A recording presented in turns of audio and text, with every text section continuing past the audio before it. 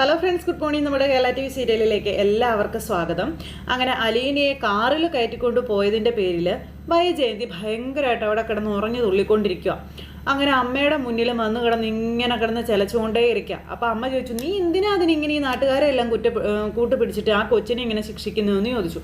അപ്പോൾ ഭർത്താവിൻ്റെ കൂടെ കയറി പോകുന്നത് വേലക്കാരിയാണെന്ന് അറിഞ്ഞ് നാട്ടുകാർ അതും ഇതും പറയുമെന്നാണ് വൈജയന്തിയുടെ പക്ഷം.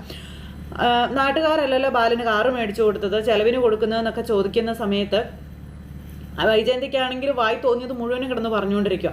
അങ്ങനെ വേലക്കാരിയുടെ സ്ഥാനത്ത് നിൽക്കണമെന്നൊക്കെ പറഞ്ഞുകൊണ്ട് വൈജയന്തി ഭയങ്കരമായിട്ട് അമ്മയോട് പറയുമ്പം, നീ ഇത്ര സദാചാരമൊക്കെ പറയുന്നുണ്ടല്ലോ, നീ ആരായിരുന്നടി എന്ന് അമ്മ ചോദിച്ചപ്പോൾ ഇവളൊന്നും ഞെട്ടി. അതായത് ഈ വൈജയന്തി, ഈ സദാചാരം വിളിച്ച് കൂവാൻ നിനക്ക് എന്ത് യോഗ്യതയുള്ളതെന്ന് അമ്മ മോളോട് ചോദിച്ചു. എന്നെക്കൊണ്ട് കൂടുതലൊന്നും നീ പറയിപ്പിക്കണ്ട, ഞാൻ പലതും ഇവിടെ ഇരുന്ന് വിളിച്ചു പറഞ്ഞിട്ടുണ്ടെങ്കിൽ നിന്റെ സദാചാരമൊക്കെ പോണ വഴി കാണണോ നിനക്ക് എന്നൊക്കെ ചോദിച്ചുകൊണ്ട് അമ്മ മോളെ ശരിക്കും അങ്ങ് ഇതാക്കി സംസാരിച്ചു. അമ്മ തന്നെ ഇങ്ങനെയൊക്കെ പറയണമെന്ന് പറയുമ്പം നീയായിട്ട് ഇതൊക്കെ എന്നെക്കൊണ്ട് പറയിപ്പിച്ചതാണെന്നും മിണ്ടാതിരിക്കുന്നവരുടെ വായിൽ കോലിട്ട് കുത്തി നീ പറയിപ്പിക്കുന്നതാണെന്നും അമ്മ മോളോട് പറയുക. ഇപ്പോൾ പാവം പിടിച്ച ആ പെങ്കൊച്ചിനെ നീ ഇതുപോലെ ഇവിടെ ഇട്ട് ക്രൂശിക്കുന്നുണ്ടല്ലോ, അതിന് യോഗ്യത നിനക്കില്ല. കാരണം നീ ഇന്ന് ഇവിടെ ജീവിക്കുന്നത് മറ്റു പലരുടെയും ഔദാര്യം കൊണ്ടാണെന്ന കാര്യമൊക്കെ അമ്മ ഇങ്ങനെ പറയുക.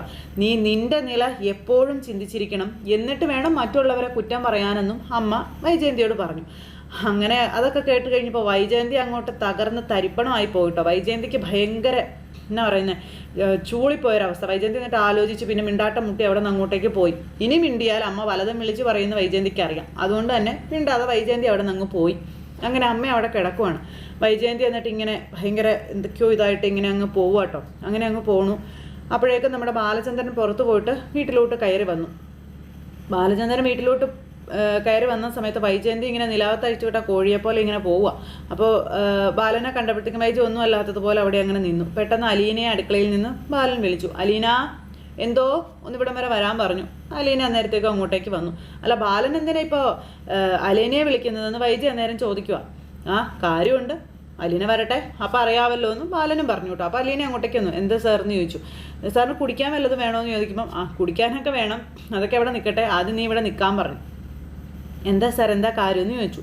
അപ്പോൾ ഈ പൈസ, അതായത് ബാലൻ ഒരു നിശ്ചിത തുക 1,00,000 സംതിങ് രൂപ കൊണ്ടുവന്ന് അക്കൗണ്ടിൽ ഇട്ടിട്ട് അതിൻ്റെ രസീത് കൊണ്ടുവന്ന് അലീനയ്ക്ക് കൊടുക്കുക. അപ്പോൾ ആ ബുക്കും കാര്യങ്ങളും ഇതെല്ലാം കൊണ്ട് അലീനയ്ക്ക് കൊടുക്കുകയാണ്. അപ്പോൾ അലീനയ്ക്ക് ഇത് കൊടുത്തപ്പോൾ ഇത് നീ വെച്ചോളാൻ പറഞ്ഞു. ഇതെന്താ സാറിന് ചോദിച്ചപ്പം ഇത് നിൻ്റെ ബാങ്ക് അക്കൗണ്ടും അതുപോലെ തന്നെ ബുക്കും കാര്യങ്ങളൊക്കെയാണെന്നും പറഞ്ഞിങ്ങനെ കൊടുത്തപ്പോഴത്തേക്ക് ഈ വൈജയന്തി അത് തട്ടിപ്പറിച്ചങ്ങ് മേടിച്ചിട്ട് ഇത് നോക്കുമ്പോൾ ഇതിനകത്ത് 1,00,000 സംതിങ് രൂപ ബാലൻ അടച്ചിട്ടേക്കുന്നതായിട്ട് കണ്ടു. ഇത് എന്നതാ ബാലചന്ദ്രയെ കാണിച്ചു വെച്ചേക്കുന്നത്, ഇവക്കടെ അക്കൗണ്ടിൽ എങ്ങനെ ഇത്രയും പൈസ വന്നേന്ന് ചോദിച്ചു. അപ്പോൾ അലീന ഇങ്ങനെ ഇവർ രണ്ടുപേരെയും മാറി മാറി നോക്കുന്നു, ബുക്കിലേക്ക് മാറി നോക്കുന്നു. ഇതെന്താണെന്ന് അലീനയ്ക്ക് മനസ്സിലായില്ല. അപ്പോൾ ഇത് അലീനയ്ക്ക് ഞാൻ കൊടുത്ത കോമ്പൻസേഷൻ ആണെന്ന് പറഞ്ഞു. കോമ്പൻസേഷനോ? ഈ 1,00,000 ഇത്രയും രൂപയോ എന്ന് ചോദിക്കുമ്പോൾ അതെ, ഇതിനു മാത്രം കോമ്പൻസേഷൻ കൊടുക്കാനായിട്ട് ഇവളെന്ത് മഹത്തായ കാര്യമാണ് ചെയ്തത്, അല്ലെങ്കിൽ ഇവൾ ആരാ എന്നൊക്കെ ചോദിച്ചുകൊണ്ട് വൈജയന്തി ഇങ്ങനെ ഒച്ച വയ്ക്കുമ്പോഴത്തേക്കും അത് നിനക്കറിയാൻ വഴിയില്ല. ഇവളുടെ ശമ്പളത്തിൽ നിന്ന് പോലും ഇത്രയും തുക ഉണ്ടാവില്ലല്ലോ, തരാനുള്ളതൊക്കെ തന്നിരുത്തിട്ട് ഇവക്ക് എവിടെയാ കാശെന്ന് ചോദിക്കുമ്പം അതെ, അത് നിനക്ക് മനസ്സിലാക്കാത്ത മറ്റൊരു കട അതിൽ ഒളിഞ്ഞു കിടപ്പുണ്ട് എന്ന് അദ്ദേഹം പറയുക കേട്ടോ. മറ്റൊരു കടവോ?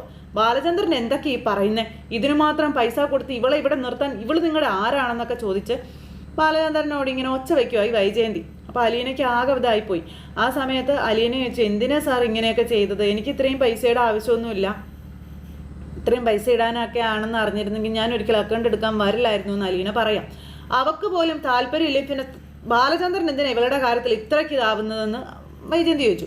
ഇവരുടെ കയ്യിലിരിക്കുന്ന പൈസ അത് അതേപടി അക്കൗണ്ടിലേക്ക് മാറ്റിയില്ലെങ്കിലേ ഇവൾക്ക് തോന്നുന്നവർക്ക് ഇവൾ കൈ അഴിച്ചങ്ങ് എടുത്ത് കൊടുക്കും. ഇവരുടെ കയ്യിൽ നയാ പൈസ പിന്നെ ഉണ്ടാവില്ല എന്ന് പറഞ്ഞു. അവരുടെ കയ്യിൽ പൈസ ഉണ്ടാവുകയോ ഉണ്ടാവാതിരിക്കുകയോ എന്ത് വേണമെങ്കിലും ചെയ്യട്ടെ, അത് ബാലചന്ദ്രൻ എന്താ പ്രശ്നമെന്ന് ചോദിച്ചു. വൈജയന്തി ചോദിച്ചു. അതാ ഞാൻ നിന്നോട് പറഞ്ഞത്, അതിനകത്ത് വേറൊരു കട ഒളിഞ്ഞു കിടപ്പുണ്ടെന്ന്. അപ്പോൾ ആ പൈസ നേരെ അക്കൗണ്ടിലേക്ക് പോയി കഴിഞ്ഞാലേ അവക്കൊരു കരുതലായിരിക്കുമല്ലോ. ഇതിന് മാത്രം ഇവളെ കരുതാൻ ഇവള് നിങ്ങളുടെ ആരാണെന്ന് വീണ്ടും ചോദിക്കുക. എൻ്റെ എന്തായാലും ആരുമല്ല, ഇനി ആരെങ്കിലുമൊക്കെ ആണോ എന്ന് നമുക്കൊന്ന് ഒരു ആത്മപരിശോധന നടത്തി നോക്കാം എന്ന് ബാലചന്ദ്രൻ പറയുമ്പോഴത്തേക്ക് അലീനയൊന്ന് ഞെട്ടി. അതുപോലെ തന്നെ വൈജയന്തി ഇങ്ങനെ നോക്കുക.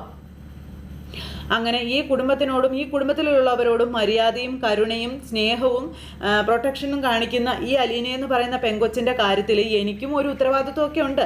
ആ ഒരു ഉത്തരവാദിത്തമേ ഞാൻ കാണിച്ചുള്ളൂ. ഇവൾക്ക് കിട്ടുന്ന ശമ്പളം, ഇവൾക്ക് കൊടുക്കുന്ന ശമ്പളം അതേപടി തന്നെ അവളുടെ അക്കൗണ്ടിലേക്ക് പോകും. അങ്ങനെ വന്നു കഴിയുമ്പം അവൾക്ക് അവളുടേതായ ഒരു നീക്കിയിരിപ്പുണ്ടാകും. അത് അത്യാവശ്യമാണ്. ഒന്നുമില്ലെങ്കിലും ചെറിയൊരു പെങ്കൊച്ചല്ലേ, നാളെ അവൾക്ക് എന്തെങ്കിലും ഒരു ആവശ്യം വന്നാലോ എന്നൊക്കെ ചോദിച്ചു. അപ്പോൾ അലീനയുടെ അച്ഛൻ ചെയ്യുന്നത് പോലെയാണല്ലോ ബാലചന്ദ്രൻ ചെയ്യുന്നതെന്നൊക്കെ ചോദിച്ചു. വൈജ വീണ്ടും ചൊറിഞ്ഞുകൊണ്ടേയില്ല. ഇപ്പോൾ അവളുടെ അച്ഛൻ്റെ സ്ഥാനത്ത് നിൽക്കേണ്ടി വന്നാൽ ഞാൻ ചിലപ്പോൾ നിന്നെന്ന് വരും എന്നും ബാലചന്ദ്രൻ ഇങ്ങനെ പറഞ്ഞു.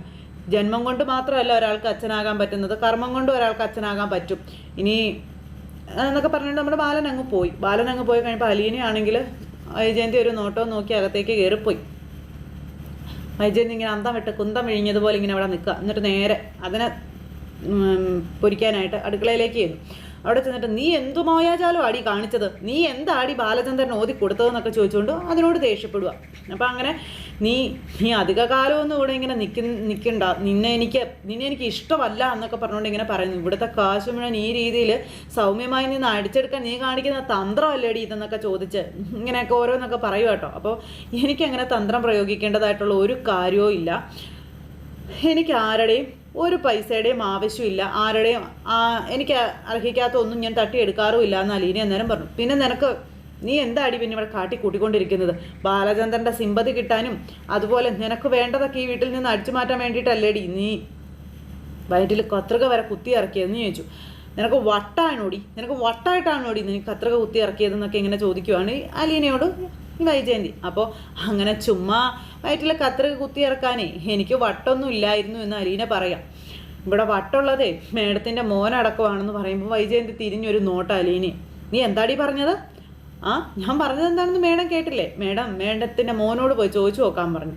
മേഡത്തിൻ്റെ മോനോട് പോയി ചോദിച്ചു നോക്കുമ്പോൾ മേഡത്തിന് അതിനുള്ള ഉത്തരവും കിട്ടുമെന്ന് പറഞ്ഞു. അങ്ങനെ അതും പറഞ്ഞ് അലീന അവിടെ നിൽക്കുന്നു. വൈജയന്തി അന്നേരത്തേക്കും ഇങ്ങനെ പതറി അവിടെ പോയി കസേരയിൽ ഇരിക്കുക. അപ്പോൾ ഈ ഇരിപ്പും ഈ മട്ടും മാതിരിയൊക്കെ കണ്ടു കഴിഞ്ഞപ്പോഴത്തേക്കും വൈജയ്ക്ക് എന്തൊക്കെയോ ഭയങ്കര ബുദ്ധിമുട്ടുണ്ടായിന്ന് അലീനയ്ക്ക് മനസ്സിലായി. അലീന എന്നിട്ട് നേരെ ഈ പുള്ളിക്കാരുടെ അടുത്തേക്ക് നിന്നു. മേഡം എന്തിനാ ഇങ്ങനെ പിറകെ നടന്ന് എന്നെ ദ്രോഹിക്കുന്നത്, അല്ലെങ്കിൽ എന്നെ വേദനിപ്പിക്കുന്നത്, എന്നെ കരയിക്കുന്നത് എന്നൊക്കെ അലീന ഇങ്ങനെ ചോദിക്കുമ്പോൾ എനിക്ക് നിന്നെ ഇഷ്ടമല്ല, അതുതന്നെയാണ് കാരണം. എൻ്റെ സമ്മതം ചോദിക്കാതെയാണ് നിന്നെ അവിടെ നിന്ന് ഇങ്ങോട്ടേക്ക് കെട്ടിയെടുത്തത്.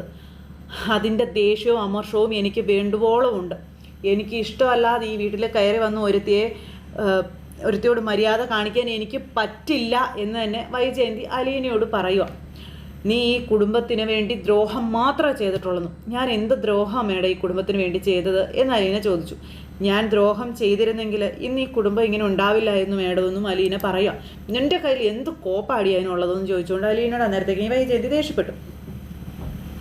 മേഡം ഒരു തെറ്റും ചെയ്യാത്ത ഒരാളെ ഇങ്ങനെ കുറ്റപ്പെടുത്തിക്കൊണ്ടിരിക്കുമ്പോൾ വേദനിപ്പിക്കുമ്പോൾ കുത്തി നോവിപ്പിക്കുമ്പോൾ അതിനൊക്കെയുള്ള യോഗ്യത നമുക്കുണ്ടോ എന്ന് സ്വയം ഒരു ആത്മപരിശോധന നടത്തുന്നത് നല്ലതായിരിക്കുമെന്ന് അലീന എന്നിട്ട് വൈജയന്തിയോട് പറഞ്ഞു.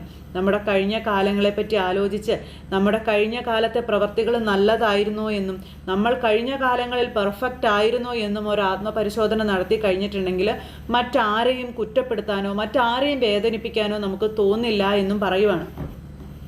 നമ്മുടെ ഭാഗത്ത് തെറ്റില്ല എന്ന് ഉറപ്പുണ്ടെങ്കിൽ മാത്രമേ മറ്റൊരാളെ നമ്മൾ പഴിക്കാൻ പാടുള്ളൂ എന്നും അലീന ഇങ്ങനെ പറഞ്ഞു.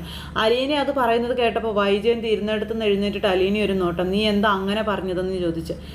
മേഡം എന്നെ ഇങ്ങനെ കുത്തി നോവിക്കുന്നത് കൊണ്ട് ഞാൻ പറഞ്ഞതാണെന്നും പറഞ്ഞ് നമ്മുടെ അലീന നേരെ മുത്തശ്ശിയുടെ റൂമിലേക്ക് പോയി.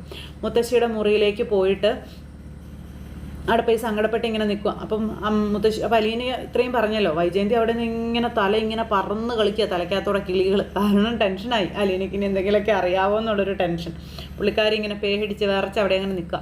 അപ്പം മുറിയിൽ ചെന്ന് സങ്കടത്തോടെ നിൽക്കുന്ന അലീനയോട് മുത്തശ്ശി ചോദിച്ചു, എന്താ അടി മക്കളെ അവിടെ എന്താ ഒരു ബഹളമൊക്കെ കേട്ടെ, എന്താ വൈജയന്തി അവിടെ കിടന്ന് പറയുന്നതെന്ന് ചോദിച്ചു. അന്നേരം അത് സാർ എനിക്ക് വേണ്ടി അക്കൗണ്ട് തുടങ്ങിയതിലും അതിൽ പൈസ ഇട്ടതിലുമാണെന്ന് പറഞ്ഞു. ഞാൻ പറഞ്ഞിട്ടൊന്നുമല്ല ബാലചന്ദ്രൻ സാറ് അക്കൗണ്ടിൽ പൈസ ഇട്ടത്, ഞാൻ അറിഞ്ഞതുപോലും ഇല്ല എന്ന് അലീന ഇങ്ങനെ പറയുമ്പോൾ അതിനിപ്പോൾ എന്നാടി മോനെ കുഴപ്പം? നീ ജോലി ചെയ്യുന്ന പൈസയല്ലേ, അത് നിൻ്റെ അക്കൗണ്ടിലേക്ക് പോകട്ടെ. അല്ലെങ്കിൽ ബാലചന്ദ്രൻ പറഞ്ഞതുപോലെ സങ്കടപ്പെട്ടവർ നിൻ്റെ മുന്നിൽ വന്ന് ചോദിക്കുമ്പോൾ നീ കയ്യിലുള്ളത് മുഴുവൻ അങ്ങ് എടുത്ത് കൊടുക്കും. അങ്ങനെ എല്ലാവർക്കും കൊടുത്തു കഴിഞ്ഞാൽ നിൻ്റെ കയ്യിൽ വല്ല നീക്കിയിരിപ്പും വേണ്ടേ വച്ചേ? നിനക്ക് നാളെ എന്തെങ്കിലും ഒരു ആവശ്യം വന്നാൽ ആര് നിന്നെ സഹായിക്കുമെന്ന് ചോദിച്ചു. അപ്പോൾ ഈ അനാഥയായിട്ടുള്ള എനിക്ക് എന്ത് ആവശ്യം വരാനാ എന്നിങ്ങനെ ചോദിക്കുക അന്നേരം അലീന. ഇപ്പം ആവശ്യം വരാത്തത് കൊണ്ടാണോ നീ സ്റ്റൂളിൻ്റെ മേളിൽ കയറി കത്രിക കുത്തി ആശുപത്രിയിൽ കിടന്നത്? എത്ര ദിവസം നീ അവിടെ കിടന്നു? ആ സമയത്ത് ആരെങ്കിലും കണ്ടില്ലായിരുന്നെങ്കിൽ നിന്റെ ജീവൻ തന്നെ ആപത്തിലാവുമായിരുന്നില്ലേ എന്നൊക്കെ ചോദിച്ച് മുത്തശ്ശി ഇങ്ങനെ ചോദിക്കും കേട്ടോ. അപ്പോൾ അലീന ഇങ്ങനെ സങ്കടത്തോടെ പറഞ്ഞു, അത് ഞാനായിട്ട് വരുത്തി വെച്ചതല്ലല്ലോ മുത്തശ്ശി. അങ്ങനെ സംഭവിച്ചപ്പോൾ എന്നെ അവരൊക്കെ ആശുപത്രിയിൽ കൊണ്ടുപോയതുകൊണ്ടല്ലേ, അല്ലെങ്കിൽ ഈ ഒരു ജന്മം ഇവിടം കൊണ്ട് അവസാനിക്കുമായിരുന്നില്ലേ എന്ന് ചോദിച്ചു. എടി മോളെ, നീ എന്തൊക്കെയാ പറയുന്നതെന്ന് ചോദിച്ചു. അതെ മുത്തശ്ശിയെന്ന് അലീന പറയാം. നീ എന്താ അങ്ങനെ പറയാൻ? അതെന്താ, നീയായിട്ട് വരുത്തി വെച്ചതല്ല എന്ന് നീ പറഞ്ഞത് എന്താ? അപ്പോൾ എന്താ ഇവിടെ സംഭവിച്ചത്? എന്തോ ഒന്ന് നീ മനസ്സിൽ ഒളിക്കുന്നുണ്ടെന്ന് എനിക്കറിയാം. നീ അത് മുത്തശ്ശിയോട് പറ, വേറെ ആരോടും പറയണ്ട, മുത്തശ്ശിയോട് പറ മോളെ എന്ന് പറഞ്ഞ് മുത്തശ്ശി ഇങ്ങനെ അലീനയോട് ചോദിക്കുക. അപ്പോൾ അലീന മുത്തശ്ശിയോട് സത്യം പറയാനായിട്ട് ഒരുങ്ങുവാണ്. ഞാനത് കള്ളം പറഞ്ഞതാ മുത്തശ്ശി എന്ന് പറഞ്ഞു. എന്ത് കള്ളം പറഞ്ഞതാണെന്ന്? ഞാൻ കസേരയുടെ മുകളിൽ കയറിയപ്പോൾ വയറ്റത്ത് കത്രിക വീണപ്പോൾ കത്രിക കുത്തിക്കയറിയതാണ് ഞാൻ കള്ളം പറഞ്ഞതാ എന്ന് പറഞ്ഞ് അലീനയുള്ള കാര്യം അങ്ങ് പറയുമ്പോഴത്തേക്കും നീ എന്താണെന്നൊന്ന് തെളിച്ച് പറയടി കൊച്ചേ എന്ന് മുത്തശ്ശി പറയൂ കേട്ടോ. അപ്പോൾ അലീന പറഞ്ഞു, ഞാനന്ന് ഇങ്ങനെ ഇവിടുത്തെ ജോലികളെല്ലാം തീർത്തിരുന്ന ആ ഒരു സമയത്ത് രോഹിത്ത് വീട്ടിലേക്ക് വന്നു എന്നും രോഹിത്ത് കുടിക്കാൻ വെള്ളം ചോദിച്ചു എന്നും അതിനുശേഷം രണ്ട് പേര് സംസാരിച്ച് ഈ രോഹിത്ത് മുകളിലോട്ട് കയറിപ്പോയി അലീനയോട് റൂമിലേക്ക് കൊണ്ടു ചെല്ലാൻ പറഞ്ഞതും അലീന പിന്നെ ആ നാരങ്ങ വെള്ളമായിട്ട് നേരെ രോഹിത്തിൻ്റെ മുറിയിൽ ചെന്നപ്പോൾ കുടിച്ചു നോക്കാൻ പറഞ്ഞത്, അതുപോലെ തന്നെ ഹരി അവിടെ ഉണ്ടായിരുന്നത്, ലാസ്റ്റ് അലീനയെ ഇവർ റേപ്പ് ചെയ്യാൻ ശ്രമിച്ചതൊക്കെ പറയുമ്പോൾ മുത്തശ്ശി വാ പൊത്തിപ്പോയി, പേടിച്ചിട്ട് അതിന് ഒന്നും പറയാനില്ലാണ്ടായിപ്പോയി. അപ്പോൾ എൻ്റെ ദേഹത്ത് മറ്റൊരാൾ കൈവയ്ക്കുന്നതിനേക്കാൾ ഞാൻ മരിക്കുന്നതാണ് നല്ലതെന്ന് കരുതിയാണ് അന്നേരം തന്നെ ഞാൻ എൻ്റെ വയറ്റത്ത് കത്രിക കുത്തി ഇറക്കിയത് എന്ന് പറയുമ്പോഴേക്കും വാ പൊത്തിപ്പിടിച്ച് എടി പൊന്നുമോളേന്ന് വിളിച്ചൊരൊറ്റ കരച്ചിലായിരുന്നു നമ്മുടെ മുത്തശ്ശി. ഞാൻ എന്നതാടി മോനെ ഈ കേൾക്കണേന്നും ചോദിച്ച്. അപ്പോൾ അങ്ങനെയാണ് അലീന ഹോസ്പിറ്റലിലായത് എന്നുള്ള കാര്യം മനസ്സിലായി അവിടെ നമ്മുടെ മുത്തശ്ശിക്ക്. അപ്പോൾ അങ്ങനെ കാര്യങ്ങളെല്ലാം പിന്നെ മനുവിനോട് പറഞ്ഞത്, ബാലചന്ദ്രൻ സാറിന് എന്തൊക്കെയോ സംശയങ്ങളൊക്കെ ഉണ്ട്, അതുകൊണ്ടാണ് സാർ അത് അങ്ങനെ പൈസ എൻ്റെ അക്കൗണ്ടിലേക്ക് ഇട്ടത് എന്നാണ് എൻ്റെ വിശ്വാസം തുടങ്ങിയ കാര്യങ്ങളൊക്കെ അലീന മുത്തശ്ശിയോട് പറയുക. ഇതൊക്കെ കേട്ടപ്പോൾ തല മറിച്ച മുത്തശ്ശി ഇരുന്ന് പോയിട്ടോ. ഒരിക്കലും മുത്തശ്ശി പ്രതീക്ഷിക്കുന്നില്ല ഇങ്ങനൊരു സംഭവം, ഇങ്ങനൊരു ഇത് അവിടെ ഉണ്ടാകും എന്നുള്ളത്. അങ്ങനെ മുത്തശ്ശി ആ അലീനയെ പൂവിട്ട് പൂജിക്കണം എന്നുള്ള രീതിയിൽ തന്നെ ഇങ്ങനെ ഇരിക്കുകയാണ്. അങ്ങനെ മുത്തശ്ശിയോട് എല്ലാ സത്യങ്ങളും അലീന പറയുമ്പോൾ എന്ത് പറയണമെന്നറിയാതെ ആ മുത്തശ്ശിയെ പല രീതിയിലും സമാധാനിപ്പിച്ചുകൊണ്ടും ഇങ്ങനെയൊക്കെ പറഞ്ഞുകൊണ്ടൊക്കെ ഇരിക്കാം. അങ്ങനെ മുത്തശ്ശിയോടും അലീന സത്യങ്ങളെല്ലാം പറഞ്ഞു. ഇനി മുത്തശ്ശി അത് വൈജയന്തിയോട് പറയും, അത് 100% ഉറപ്പുള്ള കാര്യമാണ്.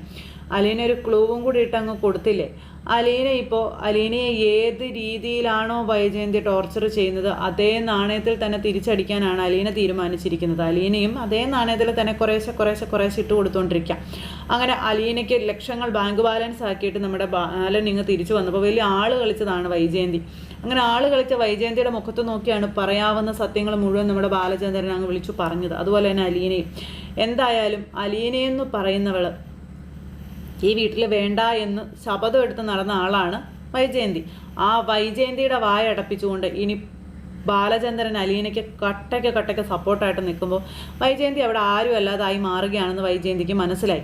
അതുകൊണ്ടാണ് വൈജയന്തി ഇതേ രീതിയിൽ അവിടെ കിടന്ന് ഇങ്ങനെ കാട്ടിക്കൂട്ടിക്കൊണ്ടിരിക്കുന്നത്. അപ്പോൾ അലീനയ്ക്ക് ഒരു പരിധിയിൽ കൂടുതൽ പ്രാധാന്യം കൊടുക്കുന്നതൊന്നും വൈജയന്തിക്ക് ദഹിക്കുന്നില്ല. പിന്നെ വൈജയന്തി ആണെങ്കിൽ ഇപ്പോൾ കുറച്ച് കൊമ്പൊടിഞ്ഞ് നിൽക്കുന്നത്, ബാലചന്ദ്രനാണെങ്കിലും അലീനയാണെങ്കിലും എന്തൊക്കെയോ കുത്തും കോളും വെച്ചാണ് സംസാരിക്കുന്നതെന്നുള്ള കാര്യം ഈ പുള്ളിക്കാരിക്ക് മനസ്സിലായി. അതുകൊണ്ടാണ് കുറച്ചൊക്കെ ഒന്ന് ഒതുങ്ങിയേക്കാം, അല്ലെങ്കിൽ ഒതുക്കം ഭാവിക്കുന്നതെങ്കിലും. അപ്പോൾ അങ്ങനെ ഇനി പുത്തൻ വിശേഷങ്ങളും ഒക്കെ ആയിട്ട് നമ്മുടെ കഥ വരുന്നുണ്ട്. എന്തായാലും മുത്തശ്ശി ഇത് വൈജയന്തിയോട് പറയും തൻ്റെ മകൻ്റെ സകല ചരിത്രങ്ങളും മകൻ്റെ സ്വഭാവ ഗുണങ്ങളും. അപ്പോൾ അതൊക്കെ കേട്ട് കഴിയുമ്പോൾ വൈജയന്തി എന്ന് പറയുന്ന മുതൽ ഏത് രീതിയിൽ പ്രതികരിക്കും എന്നുള്ളത് കാത്തിരുന്ന് കാണാം. എല്ലാവർക്കും നല്ലൊരു ദിവസം ആശംസിക്കാം കേട്ടോ. എല്ലാവരും തരുന്ന സപ്പോർട്ടിനും സ്നേഹത്തിനും ഒരുപാട് നന്ദി ഹൃദയത്തിൻ്റെ ഭാഷയിൽ അറിയിക്കുന്നു. അടുത്ത സൂപ്പർ ഹിറ്റ് കഥയുമായി കാണുന്നത് വരെ എല്ലാവർക്കും ടാറ്റാ.